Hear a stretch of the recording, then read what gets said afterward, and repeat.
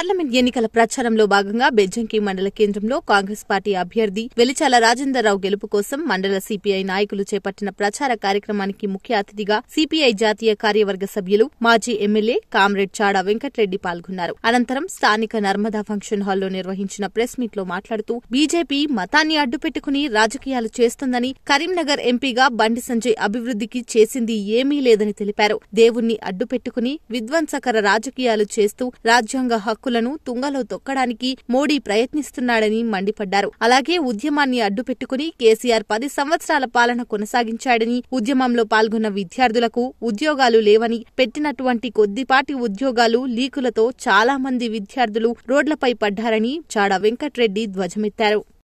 అందుకనే ఇక్కడ అందరూ కూడా ఏదైనా బీజేపీని ఓడించాలి. ఇక టీఆర్ఎస్ అది కూడా 10 ఏళ్ళు చూసినాం మనం. దాని పరిపాలన అంతా గుండుసున్నలాగానే ఉన్నది. వాళ్ళు ఉద్యోగాలు ఇవ్వలేదు, హాలీవుడ్ ఉద్యోగాలు ఇవ్వలేదు. మరి లీకేజీలో వల్ల 30 లక్షల మంది బాధల్లో పడ్డారు విద్యార్థులు. గ్రూప్ 3 లీకేజీ వల్ల, పబ్లిక్ సర్వీస్ కమిషన్ లీకేజీల వల్ల, లీకేజీ వల్ల. అందుకని వాళ్ళు ఇవ్వలేదు ఉద్యోగాలు. నీళ్లు రాలే, ఆత్మగౌరవ పరిపాలన లేదు, ఉద్యమంలో పనిచేసిన వాళ్ళ గుర్తింపు లేదు.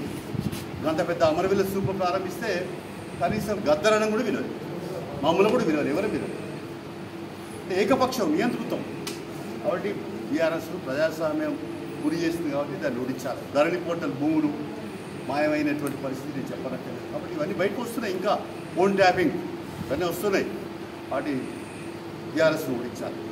మరి ఎవరికి గెలిపించాలంటే కొత్త ప్రభుత్వం వచ్చింది, కాంగ్రెస్ ప్రభుత్వం. రేవంత్ రెడ్డి ప్రభుత్వానికి బలం చేకూరాలంటే ఎవరు గెలవాలి? కాంగ్రెస్ గెలవాలి. వెలిచాల రాజేందర్రావు గెలవాలి.